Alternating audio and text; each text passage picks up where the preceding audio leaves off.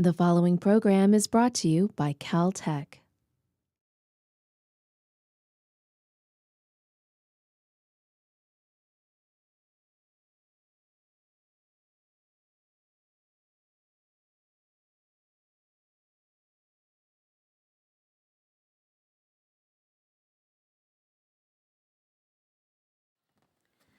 Good evening. I'm Jackie Barton, and I'm chair of the Division of Chemistry and Chemical Engineering. And I'm delighted tonight to introduce our speaker, Jonas Peters, who's the Bren Professor of Chemistry. I should say, actually, before introducing Jonas, that I have a housekeeping chore, which is to remind everybody about the next Watson Lecture, which will be by Shri Kulkarni on April 25th. But now let's return to tonight.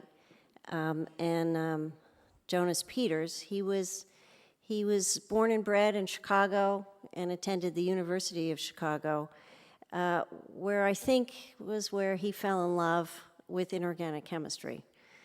After obtaining his undergraduate degree at Chicago, he did a Marshall Fellowship at the University of Nottingham, following up on studies of physical inorganic chemistry. He then obtained his PhD at MIT in synthetic organic chemistry, and thereafter carried out a Miller Fellowship at the University of California at Berkeley. It was at that point that Jonas came to Caltech and rose quickly through the ranks to professor of chemistry in 2006. I think actually when you characterize Jonas's work, it's all about transition metals interacting with small molecules, activating those small molecules, functionalizing those small molecules. During his time here, he's done some beautiful experiments to characterize intermediates, metal intermediates with transition metal complexes, showing the intermediates that are important in thinking about how to activate nitrogen and reduce nitrogen to ammonia. And those have been some very important experiments in the way we think about how nitrogen and other small molecules can be activated. And so I think that's really what he's going to focus on here tonight. Jonas has become one of the leading researchers here at Caltech in our work focused on energy. And in that context, helping to design new catalysts for solar energy conversion and for renewable fuels in general. But it's really this dance between metals and small molecules that I think is what characterizes Professor Peters' work. And that's what he'll be talking about tonight in talking about making molecules. So, Jonas.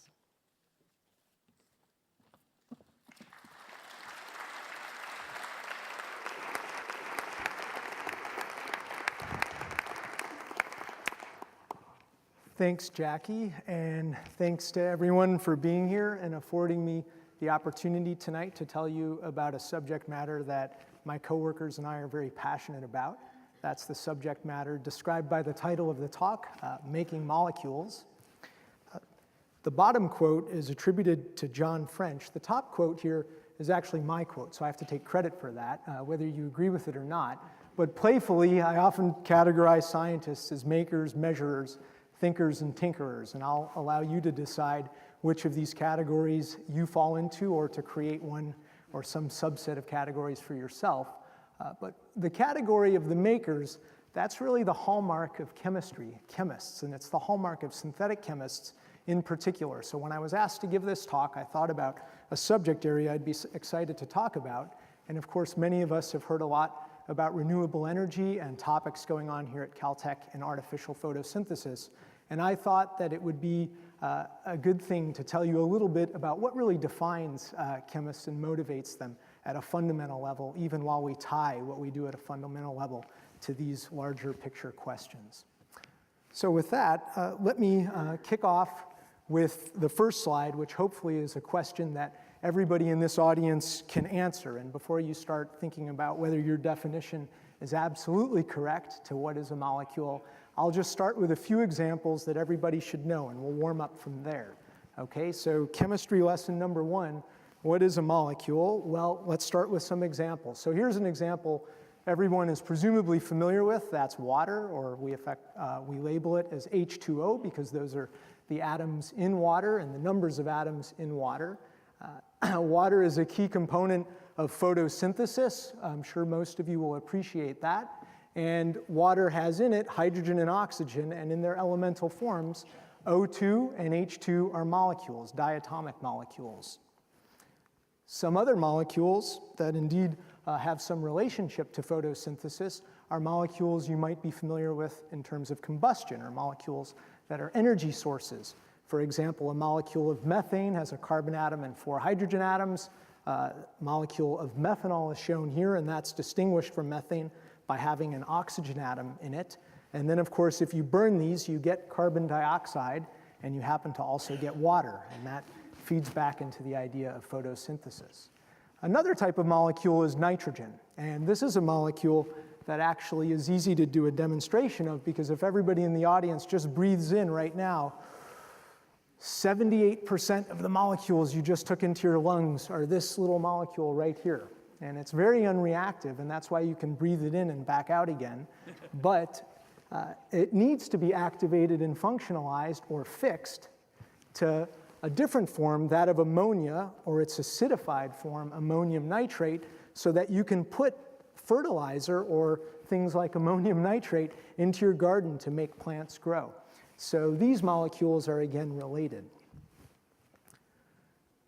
And so this slide just ties those ideas together, that these small gas molecules, they're not all gases, for example, methanol, but these small, simple molecules are related in really important ways. So water is integrally tied to photosynthesis. We can split water with light, or plants can split water with light, and they can strip out the oxygen and hydrogen from water. That essentially gives them a fuel, and they can use that fuel to piggyback, they can transfer that fuel to molecules like carbon dioxide to make sugars, or we can do it chemically to molecules like carbon dioxide to make liquefied forms of energy like methanol. And when we burn these molecules, we get these molecules back. And so it's overall renewable, as long as the energy source comes from the sun. But these plants don't work, and nothing really works unless they have the nutrients they need to grow. And these are the nutrients that need to be globally present in soils. And why do they need to be there? Because even though nitrogen is very unreactive, all living material is made with nitrogen in its components. DNA, proteins, RNA, you name it. Everything requires nitrogen, and not nitrogen in this form, but nitrogen that can be chemically modified, so nitrogen in this form. So we need this to make all this happen too. So everything's related. And I'll come back to these topics as we go. Now, while I make molecules, I'm not the only one making molecules. Bacteria make molecules, and all kinds of microorganisms make molecules. And they make really big molecules. So let me wait for this movie to replay. So this is a giant biomolecule. It's a metalloenzyme made up of several proteins called nitrogenase.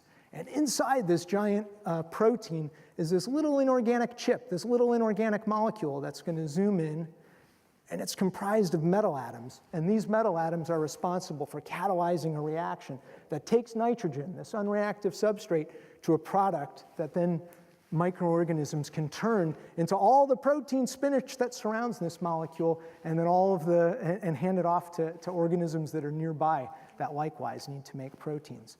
So this is really fascinating, and only certain organisms can do it, and I'm going to come back to this topic of how this might happen. And that's something our group is very interested in. So hopefully you find at least the topic somewhat interesting, and I'll at least at this point. It may get a little less so as we go. But you know, so nature can make molecules. In fact, nature is the best chemist of all, and it's had a long time and a lot of grad students to optimize how to make molecules over the years. But how do I make a molecule, or how does someone in my lab make a molecule? That's really the subject matter of this talk. Well, let's see how we used to do it. Let's start with that. That's always a good way to kick off. So let's go back to the time of the alchemists, and let's go back to the 1600s, for example. where this painting is taken from. And much like today, you have a very intelligent, cerebral professor sitting at a desk. You could imagine with heavy-looking spectacles, that could be Harry Gray, poring over a manuscript, poring over recipes for all kinds of potions and concoctions to make. And back in those days, they would have their glassware. Here's his flask, and he's probably just filtered something. I'll show you the prep in a moment. And like we have now, there are some graduate students in the background. And then it was perhaps even more important to have grad students because your methods of analysis were sight, smell, and especially taste. And so you needed grad students to taste what you were making because you didn't know how that was going to work out. Now, this part of I chose this painting well because this skull has to do with not the molecule, but the spirit. They didn't know about molecules back then, but they knew about spirits. And he was making a spirit in this picture. At least that's what I think. There we go. And he's making a spirit out of cranium humanum. And if that's unfamiliar to you, that's the human skull. And I thought I'd give you a prep from long ago, just how this goes. And much is different, but much hasn't changed. So take a look at the prep.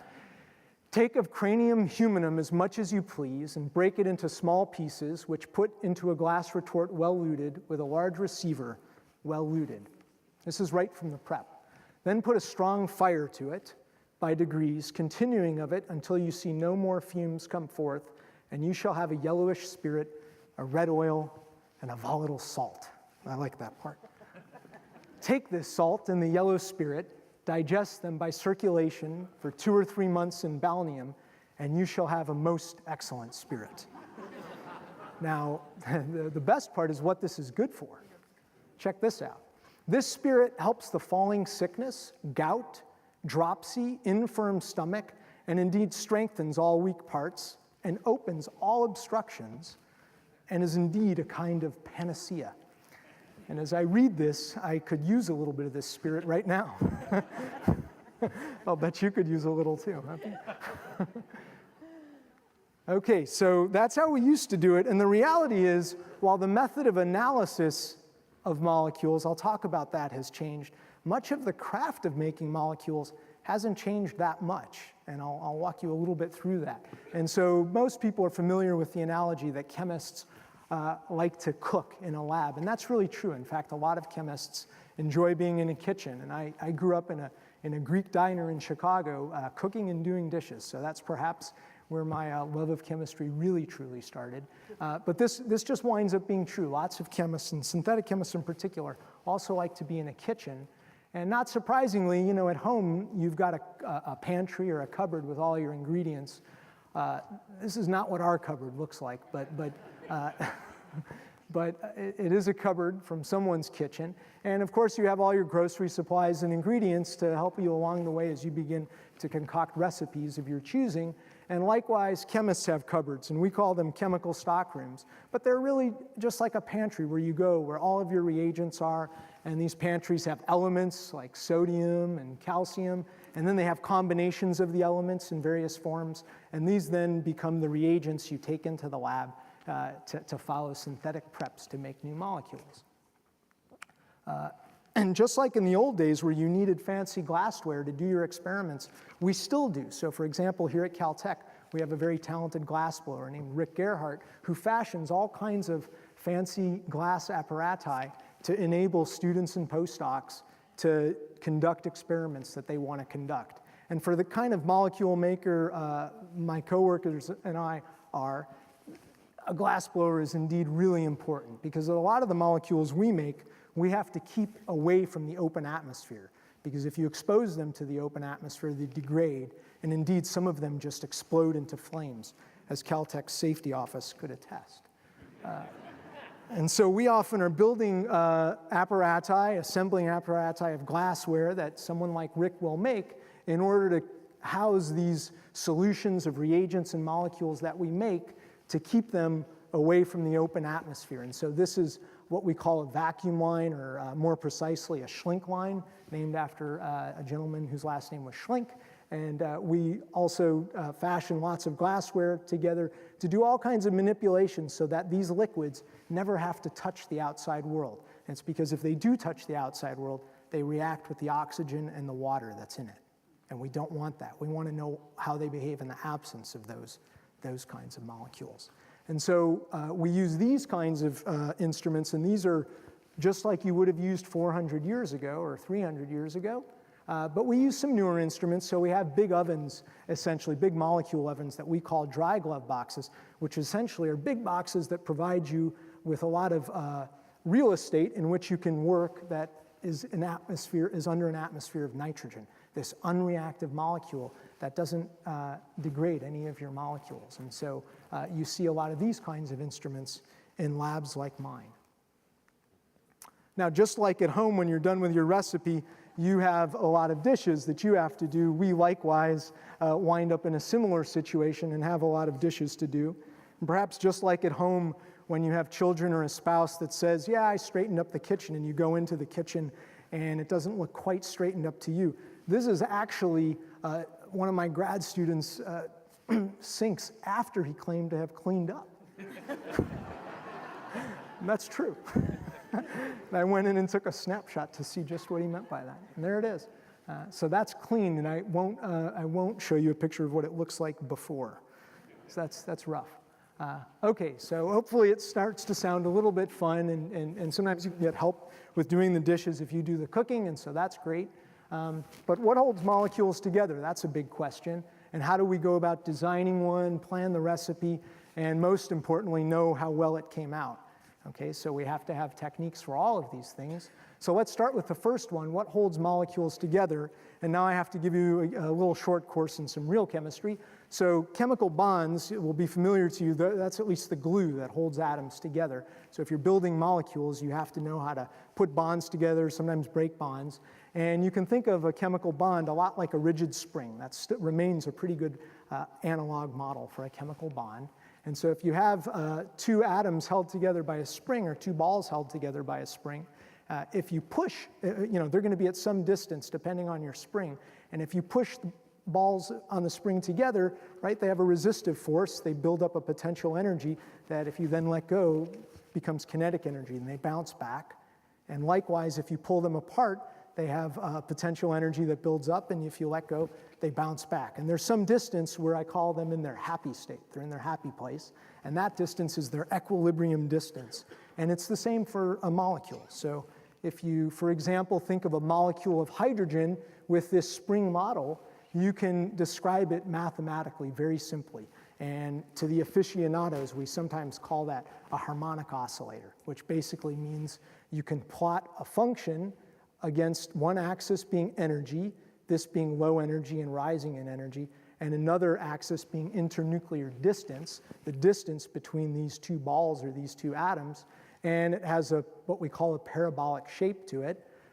That's true for a spring model, but if you move to real molecules, you have to fit them to slightly different equations, and this guy Morse fit a molecule of hydrogen to something that's known in chemistry called the Morse potential. And all you have to know is down here, you're at your energy happy state. There's no potential energy in that molecule, so you're at your equilibrium distance for hydrogen right here along this axis, and that turns out to be 74 thousandths of a nanometer. And if you squeeze those atoms together, so you lower the distance, the energy goes up, becomes less stable. And if you pull those atoms apart, the energy goes up too and becomes less stable. Okay, so that's one way to describe a chemical bond. That doesn't use any quantum mechanics, and I'm not going to get into quantum mechanics, but I still need one more tutorial on chemical bond, and it's again for the simplest molecule, that of hydrogen. So hydrogen atoms have one electron associated with them. And what I'm going to do is show you a theory that's known as the molecular orbital theory for hydrogen. And all we do is say each hydrogen atom has one electron on it, which I represent by this dot. And it turns out that as these two atoms get closer and closer together, those electrons become energetically more stable if they get shared between the two hydrogen nuclei. Okay, they have more room to swim around when they do that, and that stabilizes, if you will, the energy of those two electrons. And so you get what's called a bonding orbital. And chemists like to describe those orbitals by drawing, for example, two circles that are shaded the same. And for every bonding orbital, you get an opposite antibonding orbital. That's the one that doesn't want electrons in it. And so that's the one up here, and we tend to invert the shading in those to describe that it's an antibonding orbital. So the only thing I need you to remember now is the take-home message, and this covers all of molecular orbital theory for my talk. If you want your molecule to be stable, put electrons in bonding orbitals, but keep them out of the antibonding orbitals. Now that doesn't mean it will be stable, but it'll give you a shot at it being electronically stable, okay? So that's one take-home point. Okay, so that's great. We now know a little bit about bonds, and we haven't started making a molecule yet. Before we start out, we better know how we're going to know what we've made. So otherwise, we're just going to be mixing concoctions. So we have to know how to look at molecules, and you do it just like you look at anything. You shine light at it, and then you use your eyes and your ears. So you look and listen, but we shine electromagnetic radiation of various types. And so the analog is just like we shine light out into the sky from great telescopes to see what's out there, and we also have telescopes listening to what's out there by electromagnetic radiation that comes back. Chemists have to be spectroscopists as well, and we have to create little molecular observatories to shine light into molecules or crystals or solutions to probe what the structures of the molecules and the atoms in those solutions are. And it's exactly the same kind of technique. We just shine it the other way, into molecules instead of out into space.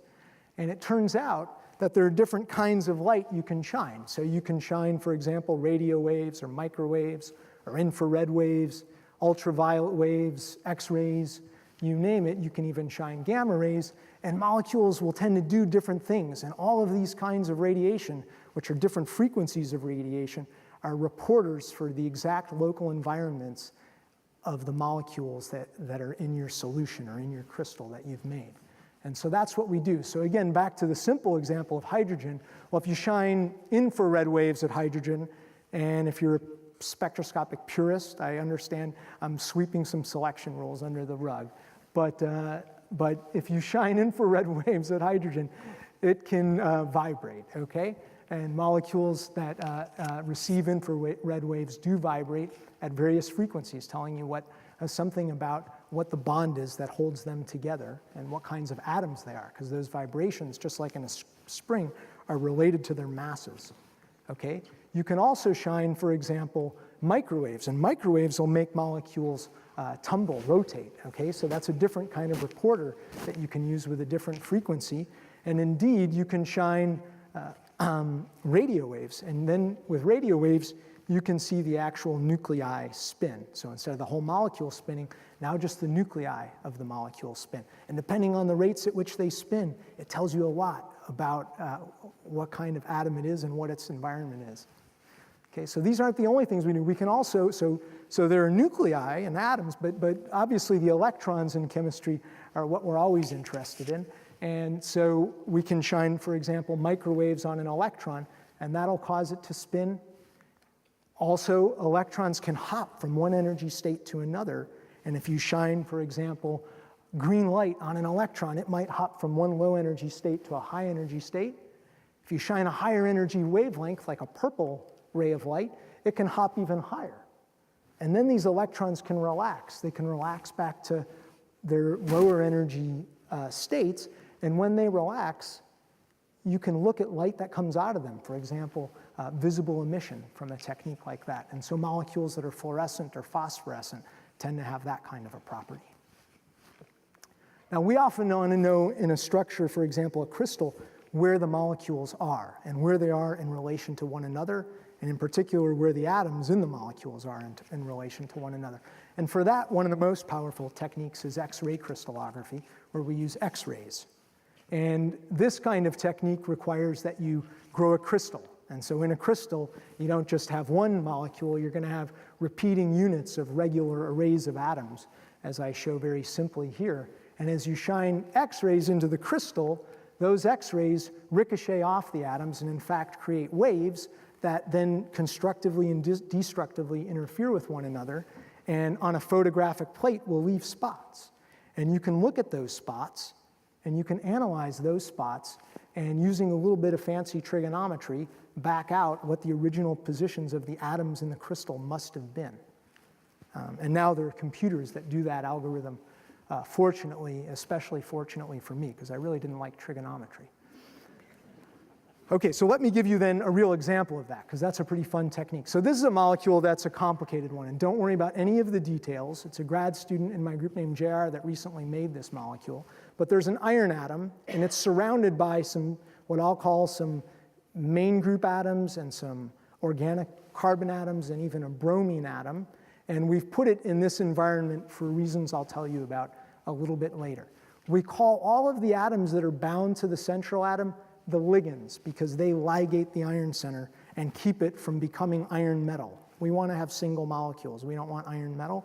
And so we've got to protect the iron center from bumping into other iron centers and becoming iron metal, if you will. And these ligands, this surrounding chemistry, if you will, does just that. But for purposes of this point, JR made this molecule, and in the lab, he did that, and then he grew a crystal of it. And you can see that's a picture of the crystal he grew. It's a beautiful hexagonal crystal. It's rare to actually see one that's quite this pretty, so that's why I'm showing it to you. It's obviously got hexagonal symmetry by virtue of just looking at it. And we can then put that crystal, or JR can put that crystal on a fiber and have that crystal then mounted on an X-ray diffractometer that looks like this, which basically generates X-rays and then has a camera to look at the output of the diffraction patterns. And then just like when you're looking at the stars in space, you see the spots from your molecule. And these are the spots that show up that you then have to analyze and back out the original positions of the atoms. And it's people, frankly, like Linus Pauling from here at Caltech that really taught the community in the world how to do this kind of an experiment. And it's still going to this day. It's super powerful. And then once you analyze those spots, you can back out the atomic positions, as I said. And now these are really the atoms in the crystal. And these are the repeating units of atoms, and you can now begin to see the hexagonal symmetry inside of the molecule. So it's actually sort of a lovely picture. And these points here are the points where the iron centers are, and then these points here are the organic ligands that surround the iron centers. So these, for example, are rings of benzene that we've used to fabricate the ligand that we're using. Here is then a close-up. So if you zoom in on one of these iron centers, we're typically interested in my group in the small molecule itself, the close-up shot of it. And this is what it really looks like. So here's the iron center, the bromine atom, the 3 phosphorus atoms connected to the iron center. That bromine atom is likewise connected to the iron center. And here's a carbon atom. And then all this other stuff holds all of these atoms together. And we're not going to worry about that for the time being. But that's a real snapshot of a real molecule that was made within the last couple of weeks as a starting material in my group for purposes that I'll talk to you about as we go. So hopefully so far so good. How do you choose what to make? That's not so easy, and I thought actually I'd give a few examples, not just from my lab, but just to give you a flavor of what's out there. And I decided to pick a few chemists that make molecules, where the signature thing that they do is making molecules. And I'm going to have 3 examples on that. One takes me back to my graduate days to a friend of mine who is a friend of our department's, in fact, and that's this gentleman here who's an emeritus professor at MIT. His name is Alan Davison. And Alan is a really good, what I'll call an organometallic chemist, because he makes metal atoms. This is a metal atom called technetium. I know that's a rare one, but I'll tell you why he uses it in a minute. And it's surrounded by organic molecules. So you see all these carbon atoms surrounding the technetium atom.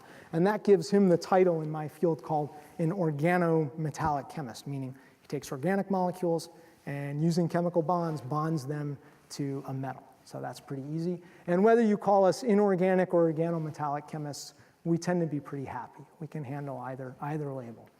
This molecule is a very simple molecule to someone like myself, and its electronic structure, as someone like Harry Gray will attest, has been known for decades. Really, really well known. Nothing that interesting about it electronically at this stage, aside from some of the perhaps details. But it turns out this molecule can be taken up intravenously into your body, and by virtue of having a radioactive element of technetium-99, decays with a half-life, and you can actually listen to it decaying. And what happens to this molecule is it travels into the heart muscle, and it finds well-aerated heart muscle that gets a lot of blood to it, and congregates or aggregates in those areas and lights up in what's called radiotomography.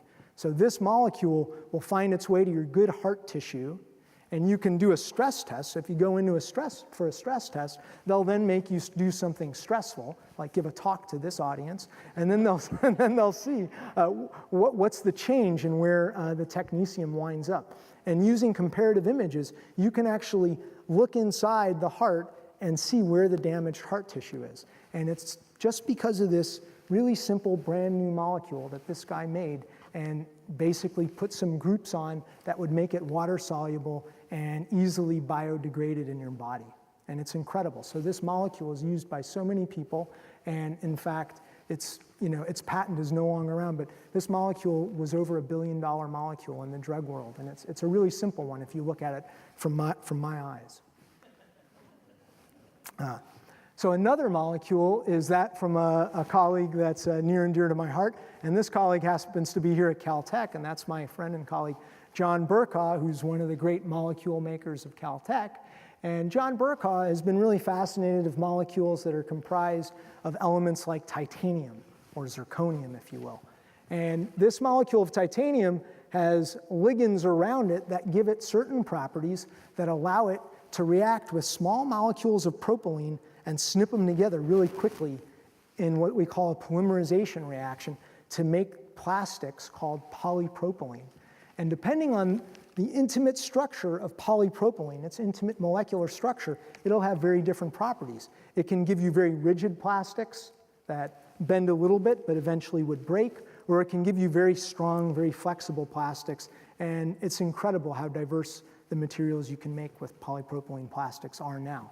And these kinds of molecules that are sometimes called constrained geometry catalysts have been instrumental in industry in giving rise to all of these different materials.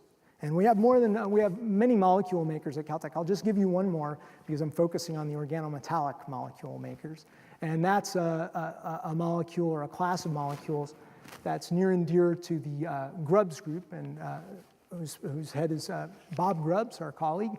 And he's made molecules, in fact, he told us about them once in a Watson lecture quite a few years ago, that are called metathesis catalysts. And that's a complicated word, but it basically means these molecules help you exchange bonds. And so they'll take molecules that have double bonds off the ends of them, like this half circle here, and it'll snip them together to tie a knot, to make a loop, or vice versa. It'll take a loop and it'll untie it.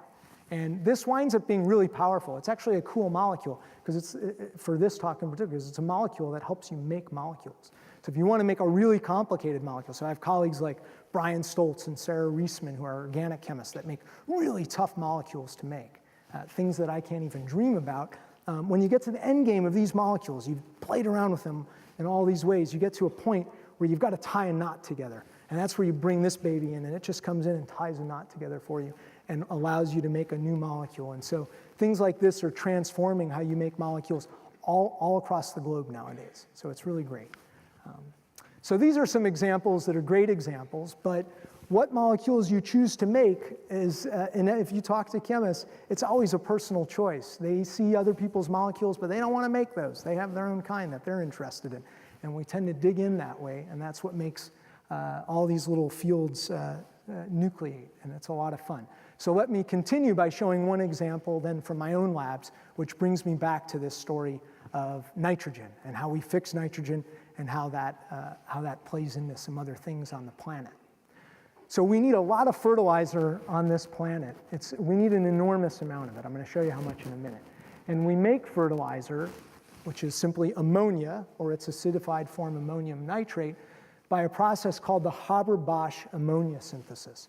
This process was invented during World War I by this guy Fritz Haber, and it's a really fascinating story. He actually came up with this invention not to feed the planet, but because England was successfully blockading Germany during World War I from getting ammonium nitrates from reserves in Chile, and it needed those ammonium nitrates for gunpowder and explosives.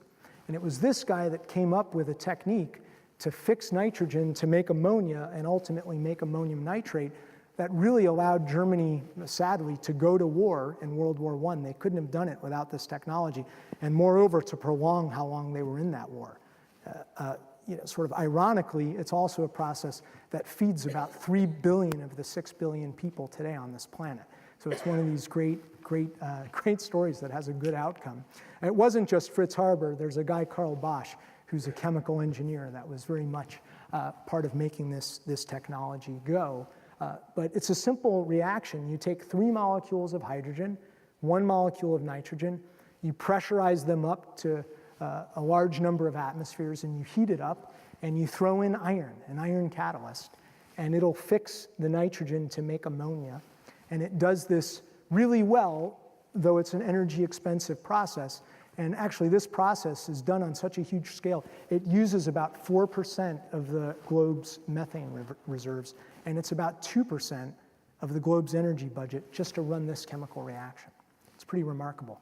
So we make about 1 trillion pounds of ammonia annually, and that ammonia then gets charged into big cylinders that then get trucked around farms and shot into the soil at these farms so that you can replenish the nutrients in the soil.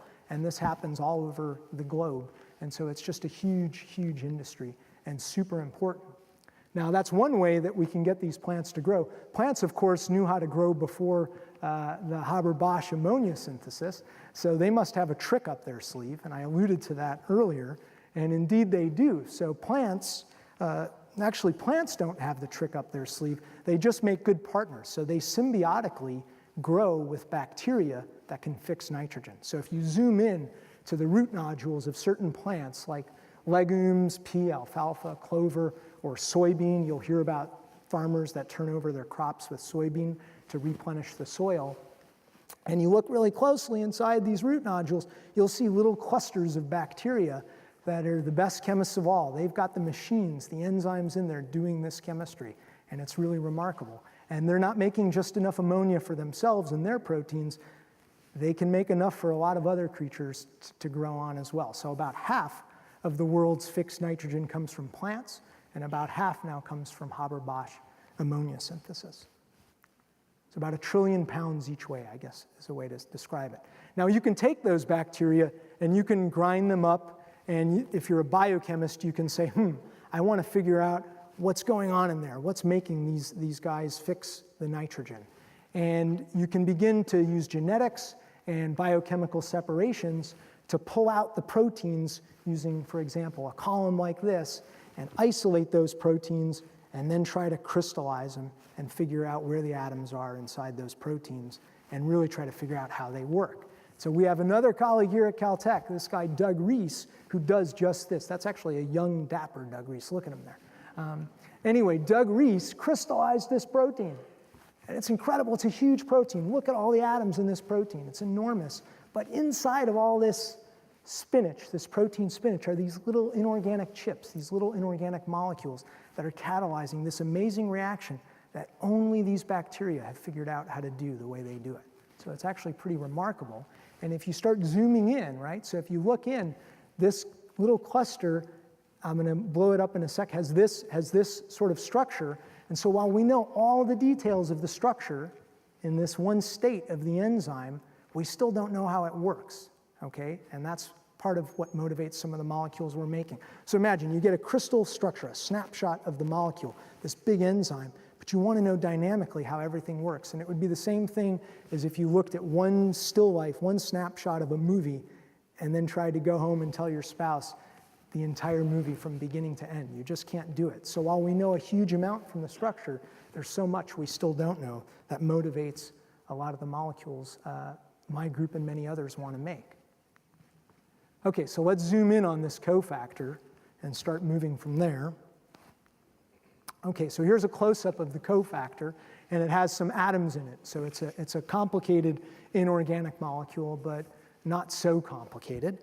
And we can label the atoms. They're labeled with colors. So here's a molybdenum atom right here. It turns out not all nitrogenases need molybdenum, but the one that they were able to crystallize happens to have a molybdenum atom in it. There's a lot of sulfur. So all these yellow atoms here, these are sulfur atoms. There's a lot of iron. All of these olive green atoms here, there are 7 of them, are the iron atoms. There's a nitrogen atom here. These red ones are oxygen atoms. And in the middle, surprisingly, there was this atom that was missing for a while, and now we know it's there. And we don't know exactly what to call that atom, so we call it X, okay? But it keeps going back and forth between maybe a nitrogen atom, maybe a carbon atom, and it seems like the lure now is beginning to shift heavily towards the carbon atom. But for my purposes, I don't really care. I'm going to still call it X and let that just be a light atom in the middle of the cofactor. That could be carbon, nitrogen, you name it. Now, nitrogen, we know, bonds somewhere to this cofactor and then gets fixed. It gets protonated and reduced to all kinds of intermediates en route to ammonia. But we really don't know where it binds, and nobody really knows that, although there's a lot of speculation, including from my lab, about that. And I thought I would share some of that speculation in a moment. But one more chemistry lesson. I told you about the bonding in hydrogen. The bonding in nitrogen, which is a diatomic, it's not so different. It still has one of these bonding orbitals in phase, with a pair of electrons in it. So that's that bond right there. But it's a really strongly bonded molecule, which is why it's so hard to fix. In fact, it's got a 225 kcal per mole bond, and that's because it's got a triple bond, not just a single bond. And so it has an orbital that looks like this, but then it's got these funny p orbitals that can overlap with one another. We call these p orbitals. We call them p orbitals for some crazy reason. They sort of act like p functions, and the key thing is they happen to have a node in the middle of them. But all you have to know is that the in phase gives you a happy combination, and we call that a pi bond, whereas we call that kind of a bond a sigma bond. So we've got 2 of these pi bonds and 1 of these sigma bonds, so you get a triple bond. I've got 6 electrons. I need 2 electrons per bond, so I get 3 bonds. And that's the chemistry point. And it's a really strong bond, and we've got to somehow activate it. And our group's hypothesis is that one of these iron centers actually undergoes a change in its local geometry, and that's the final topic of this talk, when nitrogen binds. And nitrogen comes in and displaces that atom in the middle, but that atom gets caught by the other atoms in the cofactor. And so I draw a little spring. That's what I call by a molecular spring. I just sort of make it go back and forth as the substrate binds. And there's not much of a wiggle that's required for that. And that winds up being important. And then the other thing that's important is the local symmetry of that iron atom. It sits in what we call a threefold symmetry environment. And let me explain what I mean by that. So what's threefold symmetry? That's simply imagine if I had a pole going in and out of the screen here, and then I turn the turn the pole. I guess you could turn the screen, but it'd be easier to turn the pole, and you'll see 1 foot go into the other, 1 foot go into the other, 1 foot go into the other. So it's a 3-way propeller. That's threefold symmetry.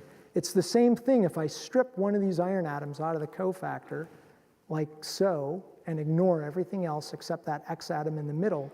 I can take that sulfur atom, twist it. That one's coming out of the plane, that's into the plane. So that sulfur atom goes into that one, this one goes to that one, and this one goes to that one. So that's threefold symmetry.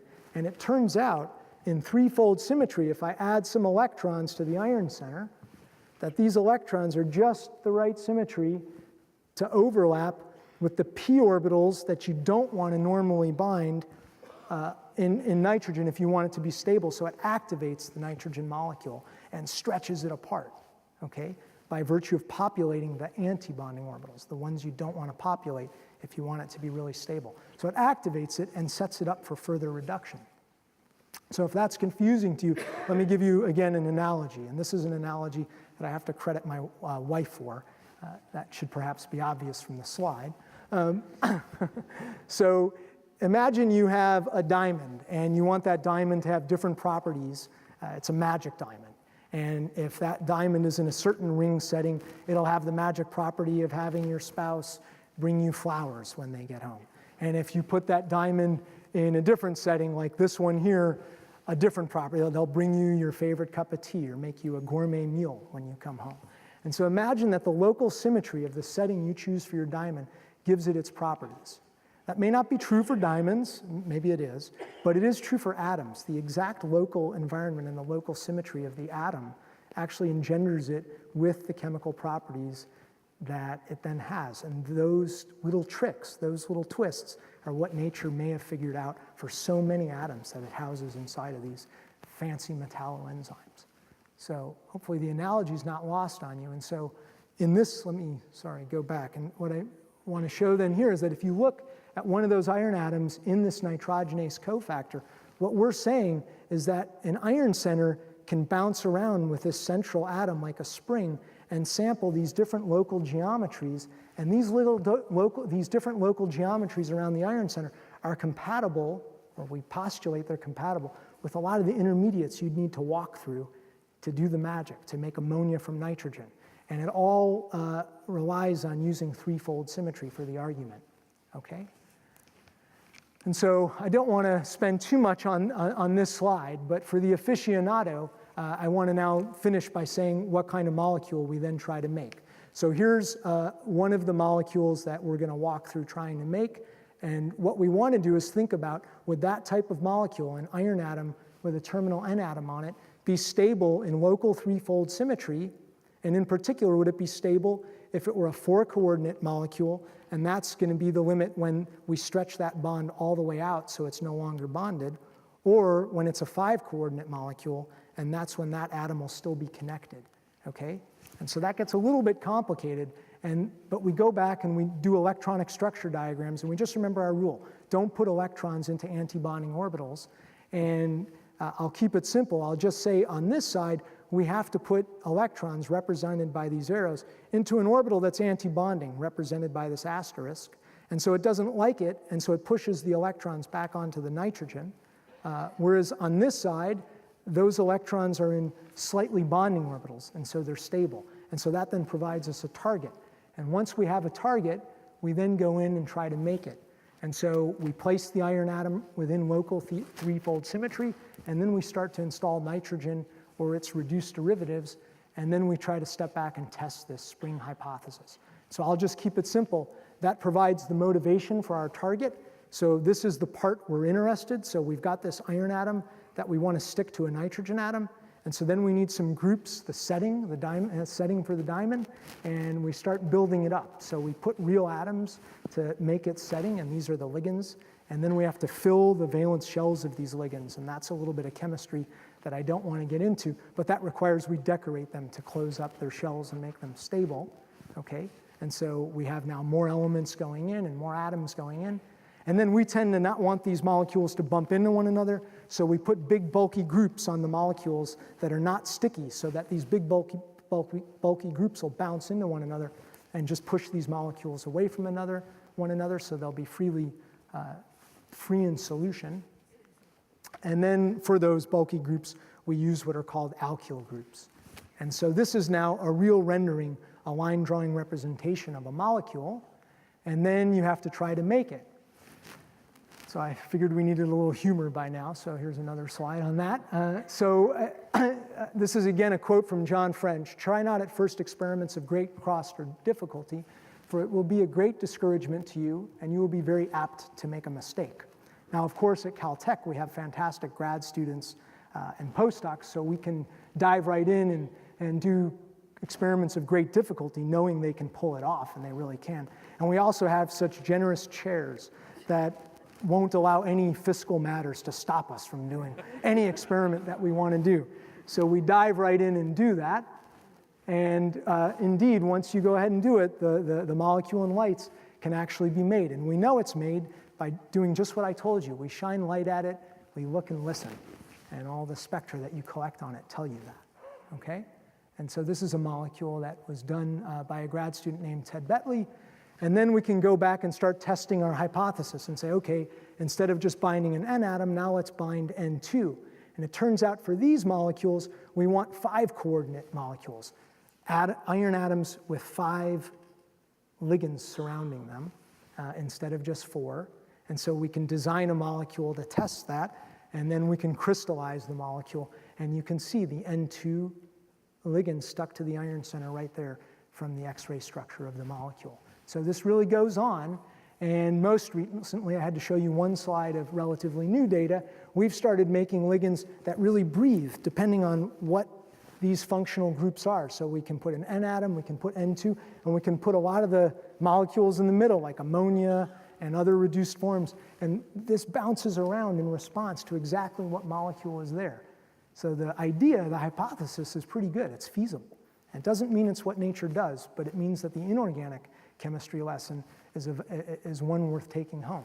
So just to recap, we look inside this big enzyme at this cofactor, and we come up with this idea that nobody else had about maybe how it gets started, how it starts to work. And then we sort of play around and we start thinking about that and we come up with a fancy model. And then we start designing molecules that really trim out all the spinach and sort of give us a little inorganic postulate we can test, a little chemical postulate. And then we go ahead and design them and make them, crystallize them, and figure out whether we're right or wrong. And then we get back to the drawing board and start making more new molecules. So I'll just finish with this. It's not just nitrogen fixation that we and others here are interested in. There's artificial photosynthesis, which at its heart deals with the catalysis of water oxidation. This is, again, a reaction that metalloenzymes catalyze, photosystem 2 and photosynthesis, that have inorganic molecules inside of them, rich in manganese, for example.